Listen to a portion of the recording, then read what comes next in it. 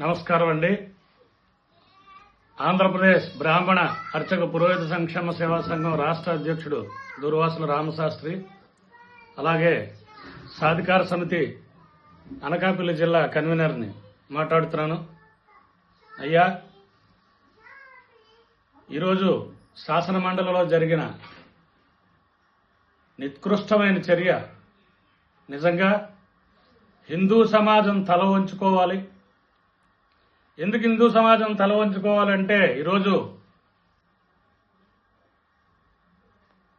Jaganmohan Reddy batch ఏదైతే ఉందో ఎమ్మెల్సీలు, ఆ ఎమ్మెల్సీలు మన కలియుగ ప్రత్యక్ష దైవమైనటువంటి ఏడుకొండలు వెంకన్న స్వామి, శ్రీ వెంకటేశ్వర స్వామిని కలియుగ దైవంగా భావిస్తాం. మనం కలియుగ దైవంగా భావించి సంవత్సరంలో సుమారు 2-3 సార్లైనా మనం ఆ స్వామివారి దర్శనం చేసుకోకుండా ఉండలేము.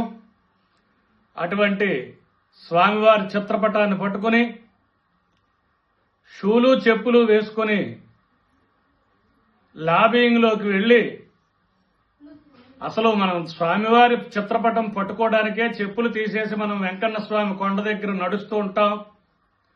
ఒక దేవుడి ఫోటో కనిపించిందంటే చెప్పులు తీసేసి నమస్కారం చేస్తాం.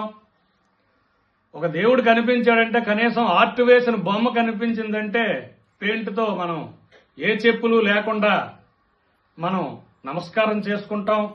అటువంటి కలియుగమైన వెంకటేశ్వర స్వామి ఫోటో పట్టుకొని శాసనమండలి లాబింగ్లోకి వెళ్లి చెప్పులు షూతో వెళ్లారంటే నిజంగా ఆ పార్టీకి ఏదైతే వైఎస్ఆర్సీపీ ఉందో ఆ వైఎస్ఆర్సీపీకి కించిత్ జ్ఞానం లేదండి. వాళ్ళకి దేవుడంటే భక్తి లేదు, దేవుడంటే విలువలు లేవు, ప్రసాదం అంటే భక్తి లేదు, అలాగే హిందూ సమాజం అంటే విలువలు లేవు. హిందూ సమాజాన్ని ఇష్టం వచ్చినట్టు ఇబ్బంది పెట్టారు వాళ్ళున్న 5 సంవత్సరాల్లో.